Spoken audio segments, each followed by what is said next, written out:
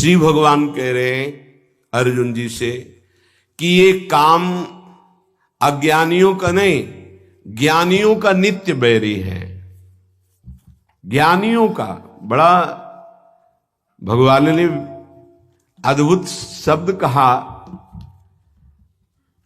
ये जो ज्ञान में, शास्त्र ज्ञान में, साधना के ज्ञान में तत्पर है, उनके हृदय में भी ये कामेश क्रोधेश रजोगुण समुद्भव महासनो महापापमा विध्येनमि वैरिणम, ये राग से उत्पन्न होता है। रजोगुण राग, स्त्री शरीर में राग, पुरुष शरीर में राग, जनेन्द्रीय के सुख में राग, काम उत्पन्न होता है। ये पाप का कारण, सिर्फ पाप, एक ही शब्द है। ये काम जब राग से उत्पन्न होता है तो ये केवल पाप ही कराएगा। भगवान महासनो महापापमा, ये महापापी काम पापात्मा है, ये उसे पापात्मा बना देता है जिसके हृदय पर अपना अधिकार करे। और महासनो कभी तृप्त होने वाला नहीं है। अगर इसकी पूर्ति न हो तो विध्येनमि वैरिणम, ये क्रोध रूप धारण कर लेता है, दुश्मन की तरह बर्ताव हो जाता है। देखो कितना बड़ा दुश्मन, साधना छूटी, जीवन छूटा, अब क्या परिणाम ठाकुर जी जाने। ये महान दुश्मन कामेश क्रोधेश रजोगुण समुद्भवा, इसकी व्याख्या पीछे हो चुकी है। उपासक की पहली दशा में जैसे अग्नि के ऊपर धुआं छा जाए, ऐसे जब काम जागृत होता है तो उसको पता है कि गलत है, नहीं करना चाहिए, पर वो धुआं जैसे फूंक लगे तो अग्नि प्रज्वलित हो जाए। ऐसे अगर पहली अवस्था में विवेक काम कर गया तो बचा ले जाएगा अपने को। दूसरी अवस्था आती है, शीशे पे जैसे मल का लेप हो जाए तो अपना प्रतिबिंब नहीं दिखाई देता। ऐसे उसको ये समझ में ही नहीं आता कि मुझे ये नहीं करना चाहिए। बार बार राग कहेगा इसमें सुख है, सुख है। अगर वो कोशिश करे तो हट सकता है, तीसरे में नहीं। तीसरा है जैसे जेर से ढका हुआ गर्भ, निर्णय करने की शक्ति ही खत्म हो जाती है। आवृतम ज्ञानमेतेनो ज्ञानिनो नित्य वैरिणा काम रूपेण कौन्ते दुष्पूरेणा नलेन च। हे कुंती नंदन, ये अग्नि के समान कभी तृप्त ना होने वाला काम ये ज्ञानियों का नित्य दुश्मन है, ये नित्य बैरी है। ये ज्ञान को ढक करके नष्ट कर देता है पक्का। कभी हंसी मजाक, खेल कूद, मनोरंजन विपरीत आकर्षण वालों से ना करें, प्रार्थना है। हंसी हंसी में, खेल खेल में ऐसी गलती हो जाती है कि फिर मन जलता रहता है, फिर मन अधीन हो जाता है। जो हमको चिंतन करके भगवदानंद में डूबना था वो विषयानंद का चिंतन हो जाता है। कह रहे आवृतम ज्ञान में तेन, ये ज्ञान को ढक लेता है। ज्ञानिनो नित्य वैरिणा, ये ज्ञानियों का भी नित्य वैरी है। ये दुष्पूरेणा, ये कभी पूरित नहीं होता, चाहे जितना इसको भोग देते रहो। अनलेन च, जैसे अग्नि घी डालते रहो, कभी शांत नहीं होती। अब पता चल गया कि बैरी कौन है। बोले काम तो रहता कहां है। अगर किसी को दुश्मन का पता चल जाए, ठिकाना रहने का, तो आक्रमण किया जा सकता है। तो दुश्मन पता चला, ज्ञानियों का नित्य बैरी काम। काम की पूर्ति में बाधा लगी तो क्रोध, काम की पूर्ति हो गई तो लोभ, तृष्णा, और भोगूं, बार बार भोगूं। मुखिया है आवागमन का, जन्म मरण का मुखिया है काम। ये रहता कहां है? अगर पता चल जाए तो आक्रमण करने में समर्थ हो सकता है साधक। कहां रहता है? भगवान इसका निवास स्थान बताते हैं कि ये काम रहता कहां है। इंद्रियाणि मनोबुद्धि रस्याधिष्ठान मुच्यते एतैर्विमोहयत्येषो ज्ञानमावृत्य देहिनम। इंद्रियां, मन, बुद्धि, ये आफिसें हैं इसकी, यहां बैठता है।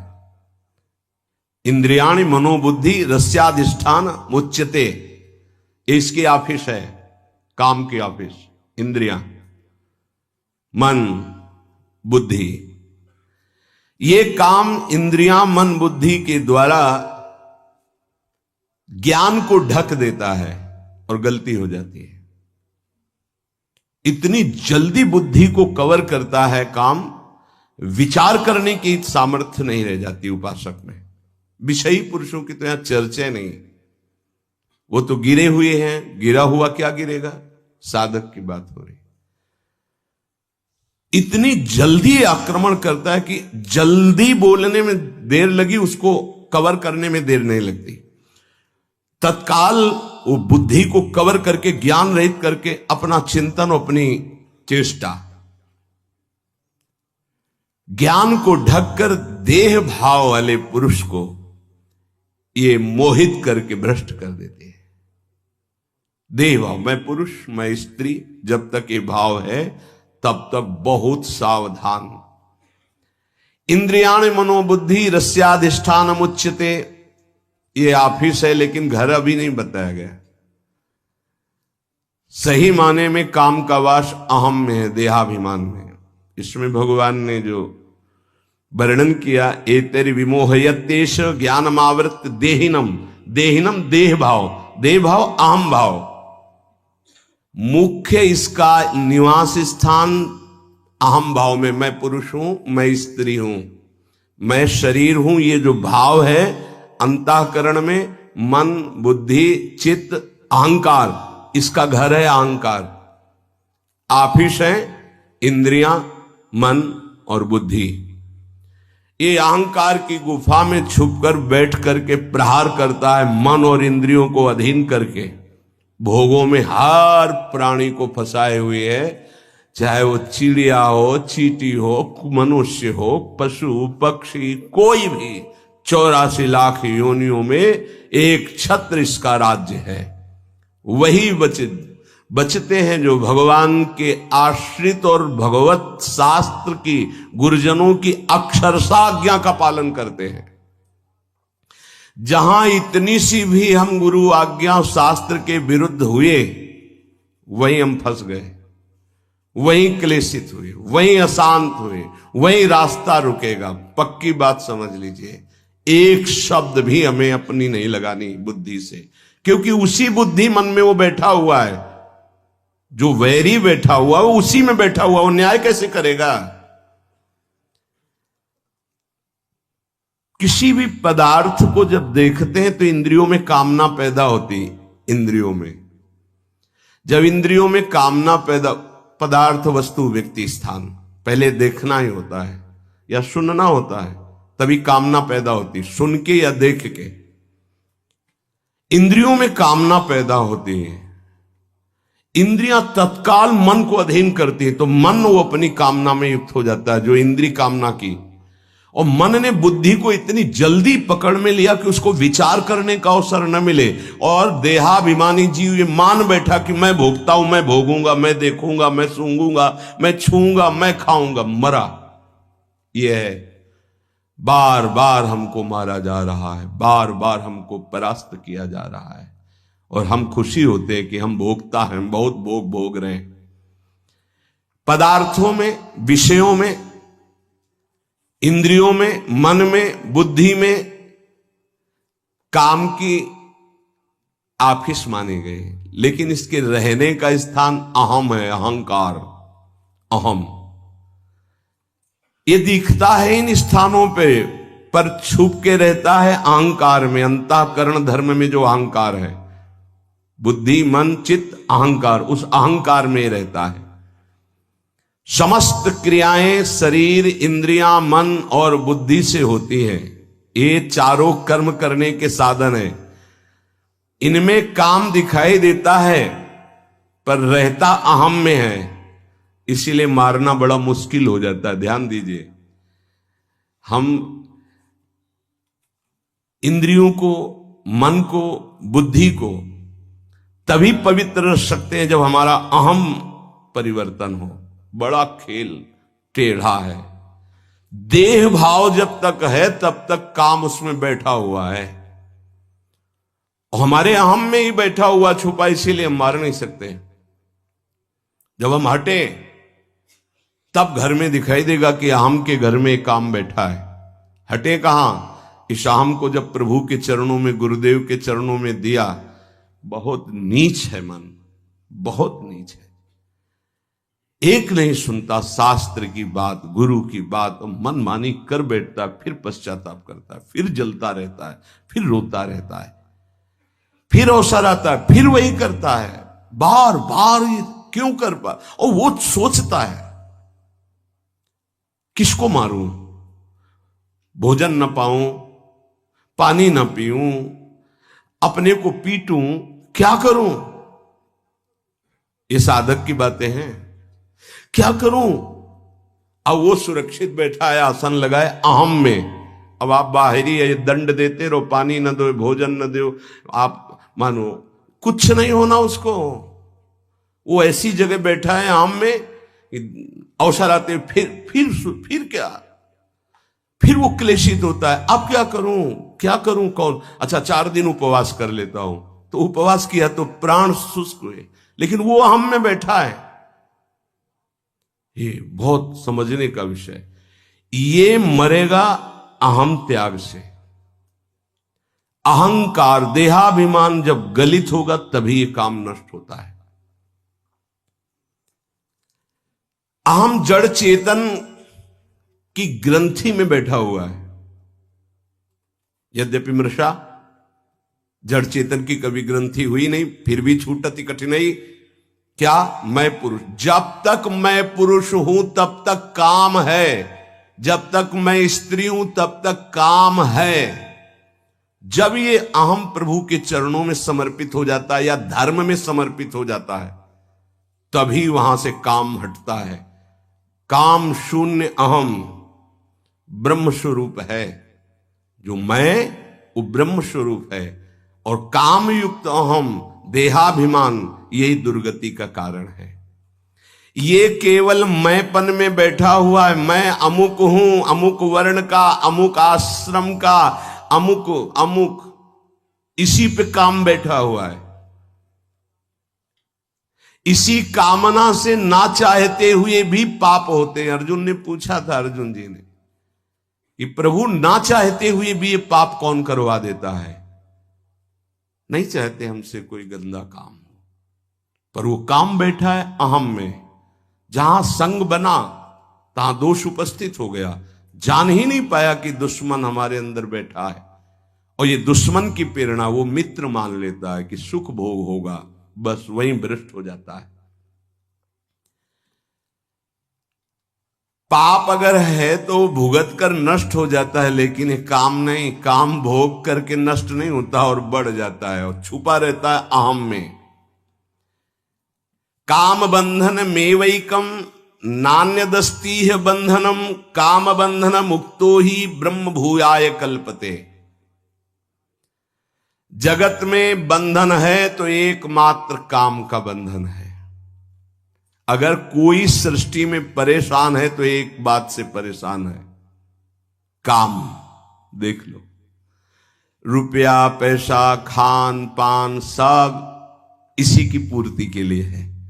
काम, कामना, वासना,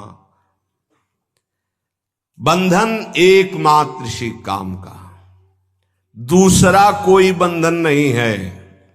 काम बंधन मेवैकम नान्यदस्तीह बंधनम, काम बंधन मुक्तो ही ब्रह्म भूयाय कल्पते। जैसा अभी वर्णन किया कि जहां देह भाव में जो काम बैठा है हटा, तो जो मैं है वो शुद्ध ब्रह्म है। ब्रह्म भूयाय कल्प, तत्काल वो अपने ब्रह्म स्वरूप को प्राप्त हो गया।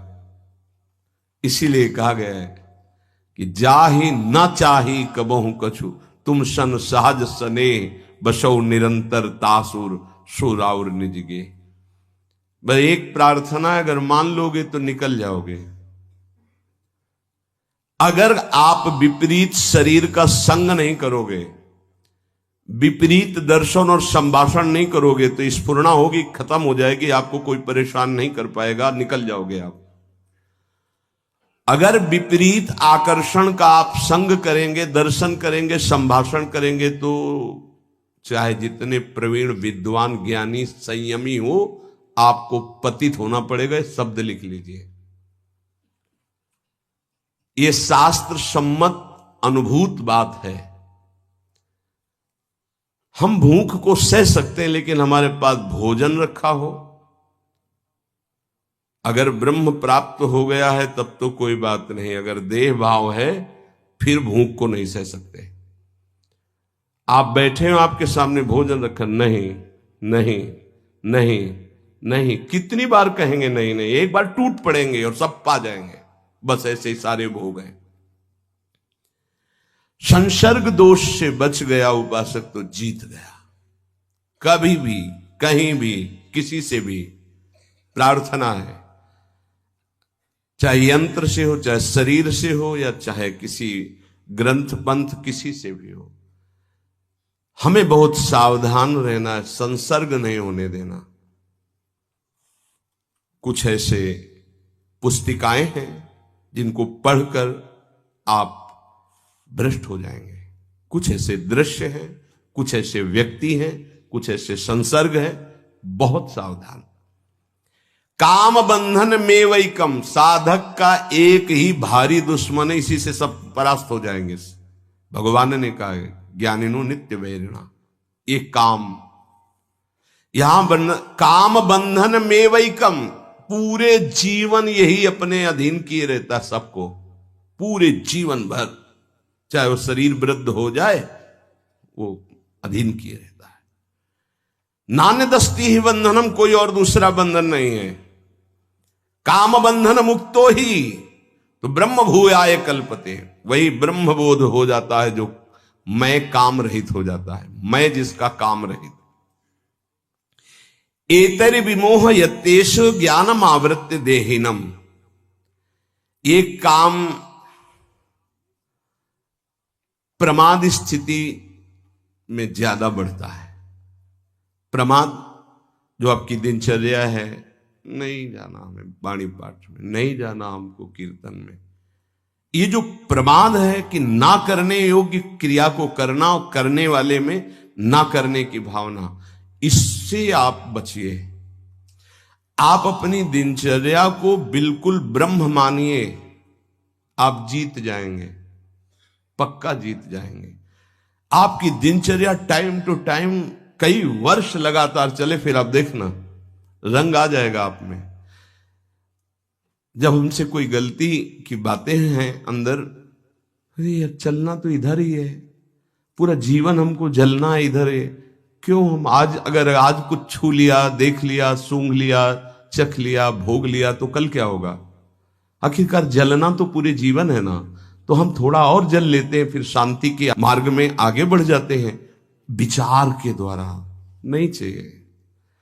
अच्छा, जिनके पास है सब भोग भोग रहे हैं, वो मरना तो है ही ना, भोग छूटेंगे तो है ही ना। मरने के बाद क्या है? क्या कमाया आपने? हाथ खाली, वही अशुभ और शुभ कर्म, न भजन न सच्चिदानंद से प्रीति। एतरि विमोह यतेश ज्ञानम आवृत्य देहिनम, हमारे अंदर रहता है कि जो मैं चाहूं भोग मिल जाए तो शायद मुझे शांति मिल जाए। तो जो काम क्रोध को प्रकट करके मूढ़ता पैदा कर देता है और नाश कर देता है, कामा संजायते क्रोधा, क्रोधा स्मृति विभ्रमा, स्मृति भ्रंशात बुद्धिनाशो, बुद्धिनाशात प्रणश्यति। तो यहां रागात कामा प्रभवति, कामा लोभो भी जायते, लोभात भवति सम्मोहा, सम्मोहात स्मृति विभ्रमा, स्मृति भ्रंशात बुद्धिनाशो, बुद्धिनाशात प्रणश्यति। जो काम और क्रोध से हुआ वही काम की पूर्ति लोभ से वही हो गया। विनाश दोनों में होना, काम के द्वारा कभी लाभ नहीं मिलना, चाहे भोग के और या सह के। सह के निकल गए तो पार, अगर भोग के तो दो दोष पैदा होंगे, एक क्रोध और एक लोभ। काम की पूर्ति न होने पर जलन और क्रोध, और काम की पूर्ति होने पर जलन और लोभ। जलन होगी तृष्णा और भोगने की, और लोभ प्रवृत्ति बढ़ती चली जाएगी, वो मूढ़ता छा जाएगी।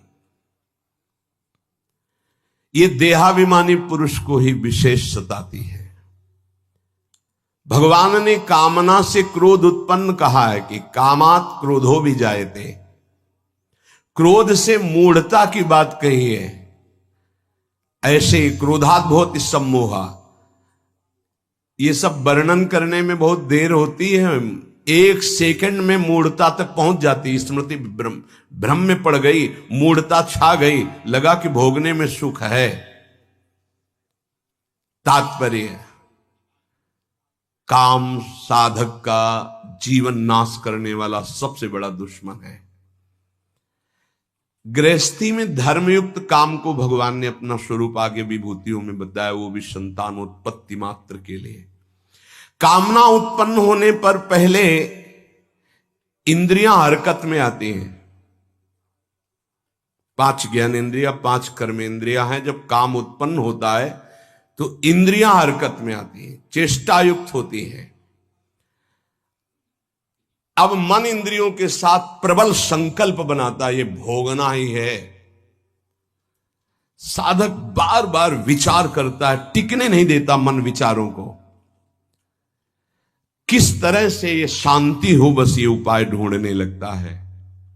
बुद्धि उपाय बताने लगती है, ऐसा करो तो शांत हो जाओगे, ऐसा करो तो शांत हो जाओगे। सत नहीं, असत, क्योंकि काम ने पकड़ रखा। कामना पहले इंद्रियों को संयोगजन्य हरकत में लाती है, फिर सुख प्रलोभन बुद्धि में जागृत होता है, और बुद्धि अधीन हुई तो न्यायाधीश से विचार बताने लगती है, ऐसा करो ऐसा करो। और वो साधक जो है समझ नहीं पाता कि मैं जाल में फंस गया। वो देहाभिमानी साधक, उसका निर्णायक बुद्धि ज्ञान से रहित हो गई, काम के अधीन हो गई। वो उसे मोहित करके पतन के गड्ढे में डाल देता है। एतर विमोह यत्ते से ज्ञान मावृत्य देहिनम, गड्ढे में डाल दिया। अब उठते बैठते चलते फिरते काम का चिंतन, बस जो आए थे भगवत चिंतन को, पूरा चिंतन लूट लिया। मनुष्य परमात्मा प्राप्ति किए बिना शरीर को संसार के भोगों में यदि खो देता है तो भगवान उसे जल्दी मनुष्य शरीर नहीं देते हैं। जैसे 100 रुपया मिला हो, आप बढ़िया सही जगह खर्चा किए तो पिता 1000 रुपया दे देगा। 1000 सही जगह खर्चा किए तो 1 लाख का अधिकार। तुम्हें मनुष्य शरीर सबसे श्रेष्ठ शरीर मिला और तुमने अपना परम पद प्राप्त करने का लक्ष्य न बनाकर वही भोगों में लगे जो पशु पक्षी सब भोग रहे हैं। लिखा है, मनुष्य परमात्म प्राप्ति किए बिना यदि शरीर को सांसारिक भोग संग्रह में खो देता है तो प्रभु उसे फिर जल्दी मनुष्य शरीर नहीं देते, क्योंकि ये मनुष्य शरीर कर्म से नहीं मिला, कृपा से मिला है। कबहू करी करुणा नर देही, देत ईश बिनु हेतु सनेही। इसलिए भगवान की इस कृपा का तिरस्कार ना करे। अंतःकरण जब तक शुद्ध ना हो जाए तब तक बहुत सावधान रहे। ये काम सबसे पहले अंतःकरण को अशुद्ध करता है। देहिनम विमोहयति, देहाभिमानी पुरुष समझे नहीं पा रहा है कि वो जाल में फंस करके गिरता चला जा रहा है। जो शरीर को मैं मानता है वो देहाभिमानी होता है, और देहाभिमानी को उपदेश अच्छे नहीं लगते हैं। वो अपने को शरीर मानकर के जानता ही नहीं है कि मुझे फंसाया जा रहा है, और काम उसे फंसाकर नष्ट कर देता है। तस्मात् त्वमिन्द्रियाण्यादौ नियम्य भरतर्षभ, पापमानं प्रजहिहेनं ज्ञान विज्ञान नाशनम। काम का प्रभाव बताया, उसके निवास स्थान को बताया। अहम में रहता है, आप इसे उसकी इंद्रिया मन बुद्धि ये है। भगवान कह रहे हैं तस्मात् त्वमिन्द्रियाण्यादौ नियम्य भरतर्षभ। इसलिए भरतवंशियों में श्रेष्ठ अर्जुन, तुम सबसे पहले इन इंद्रियों को वश में करो। काछ वाच मन निश्चल राखे, धनि धनि जननी तेरी रे। नरसिंह मेहता जी के इंद्रियों को वश में करो। नेत्र सबसे खतरनाक, इनको बहुत सावधान रखो। बहुत बहुत ये चंचलता, नेत्रों की चंचलता। भगवत चर्चा हो रही तो हो सकता है शब्द ना सुन पाओ, लेकिन विषय चर्चा हो रही है तो आप 10-5 हाथ दूर होगे तो भी श्रवणेंद्री पकड़ लेगी क्या बातें हो रही। निंदा, स्तुति, विषय चर्चा। इंद्रियों को शासन में रखो, इंद्रियों को वश में करो, क्योंकि ये ज्ञान विज्ञान का नाश करने वाले महापापी काम इन्हीं के वशीभूत होकर तुम्हें नष्ट करते। मार डाल इस पापी को। भगवान कहे पाप मानम प्रजहेनम ज्ञान विज्ञान नाशनम। मार इस काम को, नष्ट कर। तस्मात् त्वमिन्द्रियाण्यादौ नियम्य भरतर्षभ। ये महाभारत सबको लड़नी पड़ेगी। ये महाभारत है, सबको लड़नी पड़ेगी। अगर आपको अपने स्वराज्य सिंहासन पर बैठना है, मुक्त होना है, तो ये युद्ध स्वीकार करना पड़ेगा, ये चुनौती स्वीकार करनी पड़ेगी। भगवान कह रहे इंद्रियों को वश में कर, ज्ञान विज्ञान का नाश करने वाले इस महापापी काम को अवश्य बलपूर्वक मार। भगवान आदेश कर रहे हैं पाप मानम प्रजहेनम ज्ञान विज्ञान नाशनम। तस्मात् त्वमिन्द्रियाण्यादौ नियम्य भरतर्षभ। इसलिए पहले इंद्रियों को काबू करो। रसेंद्रिय से शुरू करो, मुख्य द्वार। ये ज्यादा रजोगुणी भोजन पाने पर चंचल होती। जब ये चंचल होती तो हर इंद्रियों में चंचलता। इसको संभालो। उचित आहार, सात्विक आहार, कम स्वाद वाला आहार, बच जाओगे। ज्यादा स्वादिष्ट पाने की कोशिश मत करो। अगर रसेंद्रिय स्वाद नहीं छोड़ पाए तो जनेंद्री का स्वाद छोड़ पाना बड़ा कठिन हो जाएगा। इंद्रियों को विषयों में संयोग मत होने दो। भोग बुद्धि से प्रवृत्त ना करो। केवल जीवन निर्वाह बुद्धि से प्राण पोषण के लिए पहले यहीं से शुरुआत करो। रसेंद्री से प्राण पोषण के लिए अन्न जा रहा है, स्वाद के लिए नहीं। आप नहीं हो भोक्ता, ये रसेंद्री का है। इतनी जबान में रखी गई पूरी बात। यहां के नीचे कोई मतलब नहीं है क्या जा रहा है, इससे यहां कोई स्वाद नहीं। बस ये 2 अंगुल 3 अंगुल का खेल है। इसे क्या गुलाब जामुन है या क्या, बस ये जहां अंदर गए ना तो फिर और कुछ मांगे होने लगेंगी। रसेंद्री से स्वाद। अब अगर जरा सा नमक कम हुआ तो हल्ला मचाने लगे, नमक लाओ थोड़ा कम है। भैया किसके लिए, किसके लिए स्वाद बना। कभी कभी तो मनाओ कि नमक डालना भूल जाए, फिर देखे कैसा लगता है। कभी कभी बिना स्वाद के भी भोजन पाना चाहिए। हाँ, ऐसा करो।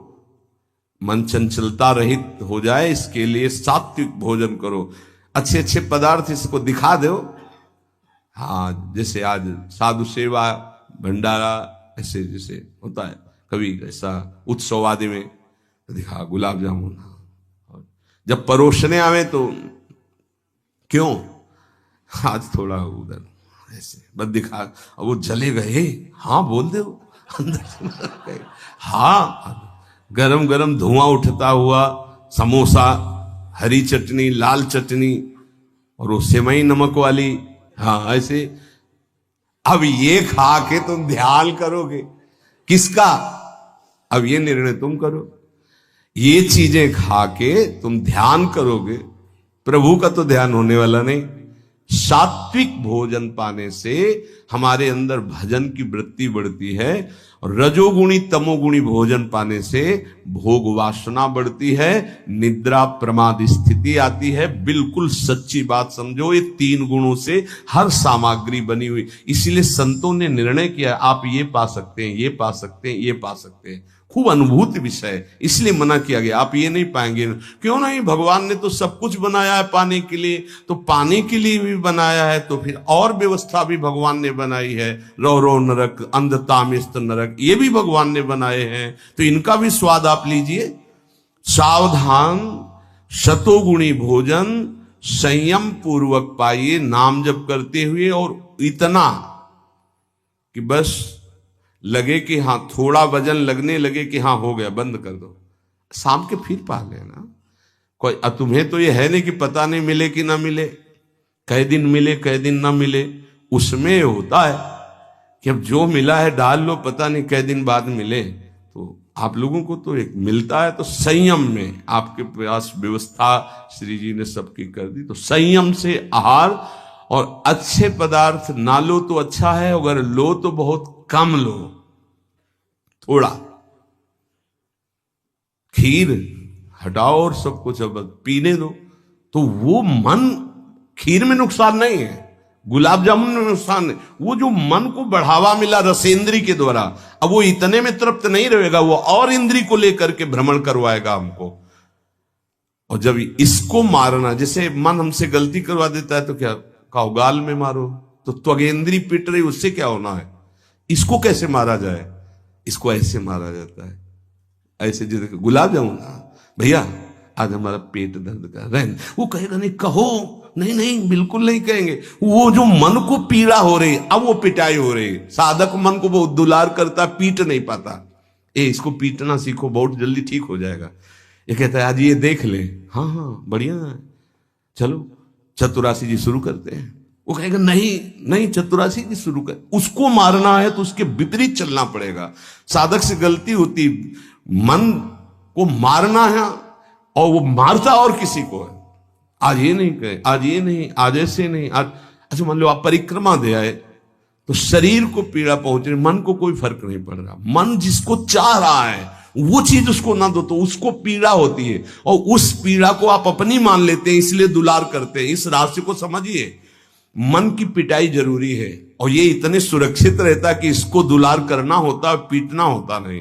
इसकी पिटाई है कि ये जब जो मांगे आज ऐसे, तो दिखा दिया कि हाँ देखो ये है, मिलेगा नहीं तुम्हें पाने को, और वो जलन पैदा करेगा। 5 ही मिनट का चांस है, 1-2 बार केवल आएगा ये कि गुलाब जामुन गुलाब जामुन, फिर बाद में तो मिलना। और रोज कौन मिलता है, हाँ नहीं कोई बात नहीं है, धैर्य रखिए। और अगर वहां सब कुछ बना हुआ साथ में केवल खिचड़ी, तो खिचड़ी परोसा लीजिए, और वो जलेगा, आप देख लेना वो जलेगा। ऐसा क्यों कर रहे हो, इसलिए कर रहे हैं कि हमें श्री जी चाहिए। बदमाश, तुझे हम जो दे, फिर इसके बाद हमसे और मांग करेगा। संतों ने इसको ऐसे वश में किया है। बहुत कठिन, बहुत कठिन है। अगर सामने से मिठाई प्रिय है और वो निकल जाए, आप परोसाओ ना, तो आप देख लो, कामा संजायते क्रोधा, भौं चढ़ जाएगी अपने आप से। कितनी बड़ी चूक हो रही है। परम पद फीका लगेगा, गुलाब जामुन मीठा लगेगा, ये बहुत बेईमान है। आप इस बात से मतलब सावधान रहें कि इसकी चाल में ना फंसे, इसकी पिटाई जरूर करनी है। मन कहां से पीटा जाता है, इसकी मांग को ना कर दो, बस इसकी पिटाई शुरू हो गई। ये कह रहा है ये चाहिए, उसके विपरीत नहीं। अब वो जलेगा, जलेगा, पवित्र हो जाएगा। और उसने मांगा, वो आपने दे दिया, अब वो और मांग रख देगा, वो आपको परेशान कर। तस्मात् त्वमिन्द्रियाण्यादौ नियम्य भरतर्षभ। हे अर्जुन, ये राग पूर्वक जब किसी वस्तु को पाता। अच्छा, और दूसरा उपाय, गुलाब जामुन पाना है, या 5 गुलाब जामुन देना, थोड़ा नमक ले आना, और शांति। वो कहेगा नहीं नहीं, नमक, गुलाब जामुन पाना, मिला लिया, अच्छे से नमक मिला लिया, गुलाब नहीं नहीं, पाओ ना गुलाब जामुन। ये उसकी मार है, पर ऐसा साधक मारना नहीं चाहता, सब्जी साइड में करके एकदम दो नामे अलग, रस सहित जे ही ऐसे किया पूरा फूटा मुंह में। तो अब वो मन का पोषण हो रहा है, हर वस्तु का ऐसे ही सब, हर विषय का से ऐसे ही है। तो अब अपने लोग मन को तो समझ नहीं पा रहे, उसको पीट नहीं पा रहे, वो हमको फंसा के पीटता चला जा रहा है। बहुत पीटता है, देख लो, बहुत पीटता है मन, बहुत इसकी पिटाई चाहिए। कोई गुरु कृपा पात्र इसको पीटना शुरू करता है, यही उसकी पिटाई है कि इसके विपरीत चलो, जो मांग इसकी हो रही है उसके विपरीत चलो। जैसे बहुत बढ़िया स्वादिष्ट सब्जी बनी है, अब उस खीर भी परोसी गई, तो खीर और सब्जी दोनों को मिला दो, न सब्जी का स्वाद न खीर का स्वाद, 2 रोटी 3, वो जलेगा कि यार तुम कैसा क्यों कर रहे हो, बस तुम कर लो ऐसा, तो रसेंद्री ठीक हुई तो सब ठीक हो जाएगा। शास्त्रों में वर्णन किया गया धैर्यवान वही है जो रसेंद्री और जनेंद्री को, बस 2 इंद्रियों की चर्चा हुई और तो सब अपने आप हो जाएंगी। और रसेंद्री प्रधान, रसेंद्री ना हुई तो फिर आगे जो राग पूर्वक भोग, कोई भी भोग किया जाए वो बिल्कुल द्रवित हृदय में छप जाता है, बार बार पीड़ा पहुंचाता है, ना चाहते हुए भी साधक का पतन कर देता है। यही है, ना चाहते हुए पाप कौन करवाता है। आहार का बहुत बड़ा फर्क पड़ता है। अगर हम आहार पर संयम कर लें तो निश्चित काम पर विजय प्राप्त की जा सकती है। अगर आहार पर संयम नहीं, उचित आहार से आप देखना खाते खाते मर जाते हैं, लेकिन खाने की इच्छा पूर्ति नहीं होती। यही चमत्कार माया का। 2 रोटी डाल लो फिर भजन देखो कैसा होता है, देख लो ना आप करके। खट्टी डकार आ रही है यहां से, फिर भी शाम के बैठे हैं, आलू का पराठा और चटनी ये और वो, फिर जाके पचाने में पूरी ताकत। भजन कैसे करोगे? थोड़ा भोजन करो, खाते खाते मर गए यार। आज यहां का, कल वहां का, परसों यहां का, संसारी पुरुष इसी में लगे रहते हैं। सुनो, उतना डालो जितना प्राण पोषण के लिए। कभी ऐसा देखो कि पेट में वजन ना आने पावे। अगर आपको भजन बढ़ाना है तो पेट में वजन ना आने पावे, ऐसे जब बैठो और भोजन शुरू करो, जहां लगने लगे कि पेट में कुछ आ, वहीं बंद कर दो। और 1 दिन का अभ्यास, निर्णय करो कि 2 रोटी इतना इतना इतना हो, उतना ही। ये बार बार बांटना और बार बार पाना ये साधकों के लिए ठीक नहीं है। एक बार रखवा लो 4 रोटी से दाल सब्जी और बस खत्म। आपका घर है, आप श्री जी का प्रश्न, बस एक बार, और उसी को पाके अपना भजन करो। धिक्कार है जीवन को, खाते खाते अवस्थाएं बदल गई, बचपन से लेकर 50-60 वर्ष को वही खाने की इच्छा। कभी तो थोड़ा मन वही फंसाए है, मृत्यु आ जाएगी फिर भी खाने से तृप्ति नहीं होगी।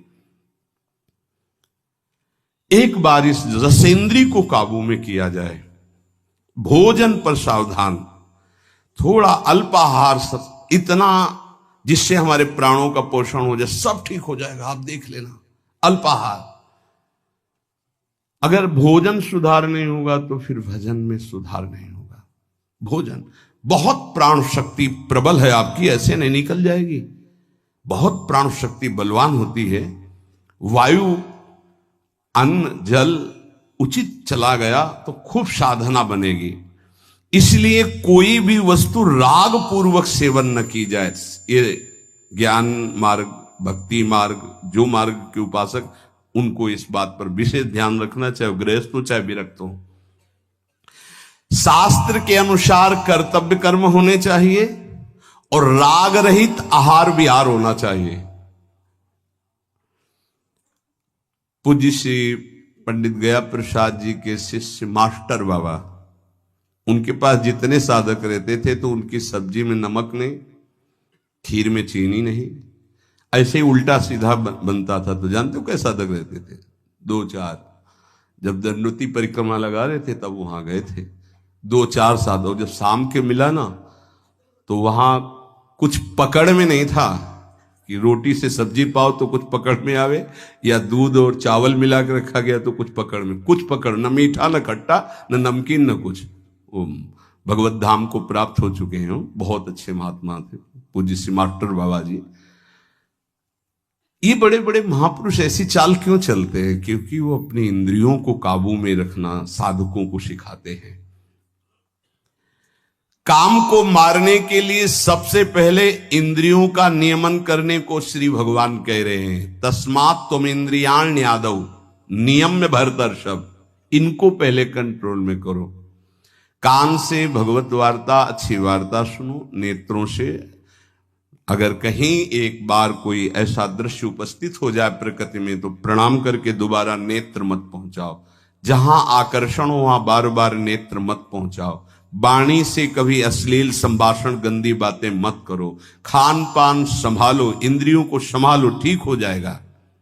जब तक साधक इंद्रियों को संभालता नहीं तब तक उसकी दृष्टि भगवान की तरफ न रहकर भोगों की तरफ होगी। आज ये बनेगा, अच्छा, और पहले से संकल्प मन बना लिए इसमें तो ये ज्यादा नहीं तो ऐसा है कि आप जो चाहो जितना ले सकते हो। हाँ हाँ, खुली छूट है। इंतजार हो रहा कब हो 11 बजे, कब 12 बजे। ये संकल्प विकल्प को मारना है।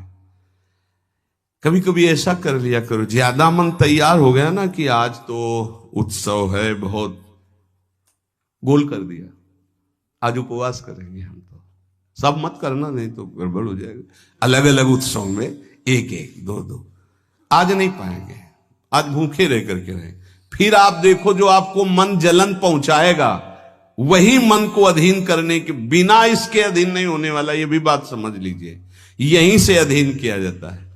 जैसे अपने लोग अब सावन भर केवल गंगा जल पी कर रहेंगे, जो भगवान शिव की उपासना गंगा किनारे सावन खूब आराम से 2 4 5 दिन शिथिलता होती है, इसके बाद वो शरीर उसी ढांचे में ढलने लगता है और गंगा जी में सब सामर्थ्य विराजमान है। सही, कभी हम अपने शरीर को शक्तिहीन अनुभव नहीं किया। गंगा जल में इतना पावर विराजमान है, ऐसे पदार्थ विराजमान है। उस समय जब गंगा जल ही केवल बहुत सामर्थ्य उसमें, कभी ऐसा नहीं लगा। जब गंगा जल पीते थे तो लगता साक्षात माँ का दूध पी रहे हैं, एक विशाल अंदर से उत्साह प्रकट होता था। 2 4 दिन के बाद शिथिलता खत्म हो जाती है और वो शरीर पचाने लगता है। जो अन्न की मांग करता है वो धीरे धीरे शांत होने लगता है। मनुष्य की प्रवृत्ति इंद्रियों की मांग को पूरी करने में है। आज तो घर में नहीं, आज चलते हैं होटल में खाएंगे, यहाँ के नहीं, गाड़ी में बैठे आज छठी करा वाले होटल, ये क्या है? आज वहां ये है क्या? अरे बोले जिंदगी का यही तो लाभ है। तो भैया ये जिंदगी का लाभ नहीं है, ये जिंदगी के लाभ को नष्ट करने वाली हानि है। शतोगुणी सात्विक भोजन बना के भगवान को अर्पित करके प्राणों का पोषण करो। वहां जा करके कौन किस भाव से बना रहा है, कैसी अपवित्रता या पवित्रता है, बहुत सावधान। सबसे पहले काम इंद्रियों को फंसाता है, जिससे उसमें विषय की कामना होती, फिर काम मन को अधीन करता है, फिर बुद्धि को अधीन करता है, और ये सब 1 सेकंड के कम हिस्से में हो जाएगा। एकदम फैल गया कि तुम्हें विचार करने का अवसर नहीं मिला। परंतु जो साधक इंद्रियों की कामनाओं में ही ब्रेक लगा दिया, भगवान कह रहे वो भावपूर्वक कर्तव्य का चिंतन करता है, नहीं, ऐसे साधक को शीघ्र भगवत प्राप्ति हो जाती है। ध्यान दीजिए, सबसे पहले इंद्रियों में ही काम पैदा होता है और विषय आकर्षण करता है। और विषय जब कामना पैदा होती तो विषय कर्म करने की चेष्टा होती, कोई भी कामना किसी भी इंद्रिय की, और जो विषय कर्म में फंस जाता है उसका पतन हो जाता है। और जो उपासक इंद्रियों की चाह को, कामना को पूर्ण नहीं होने देता, वो उसको कर्तव्य का बोध होता रहता है। जो अपने कर्तव्य का बोध करता है, मेरा कर्तव्य क्या है, वो शीघ्र ही अपना उद्धार करने में समर्थ हो जाता है, भगवत प्राप्त हो जाता है। एनम ज्ञान विज्ञान नाशनम, ये ज्ञान विज्ञान का नाश करने वाला काम है। तुम्हारा कितना भी अनुभव ढक देगा, कितना भी बुद्धि आपकी प्रवीण हो, बड़े बड़े जवाब देने वालों को लाजवाब कर देता है, ऐसा है।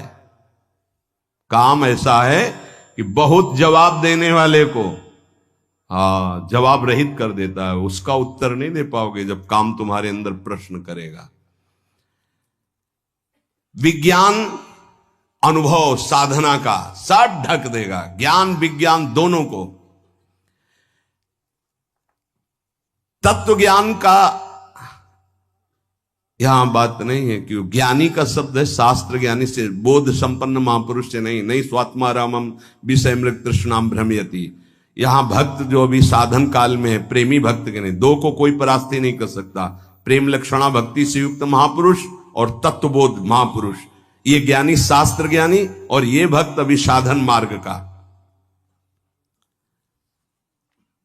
कामना संपूर्ण पापों की जड़ है। पाप मानम ही प्रजय, इसलिए कामना उत्पन्न होते ही पाप क्रिया में रुचि हो जाती है। आगे चल करके वो इतना अंधा हो जाता है कि सतमार्ग छोड़ करके पाप कर्म में ही लग जाता है। बहुत बहुत डरावना विषय, बहुत भयावह विषय है। भगवान इसलिए काम को महापापी बता करके आज्ञा करते हैं कि साधक इसको अवश्य मार डाले। पाप मानम प्रजयहीनम ज्ञान विज्ञान नाशनम। तो जो आदेश कर रहे हैं वही सामर्थ्य देंगे, इसलिए इन्हीं की शरण में होके इनका नाम जप करो और इंद्रियों की चाह के विपरीत चलो तो मंगल हो जाएगा। शेष चर्चा आगे। श्री राधा।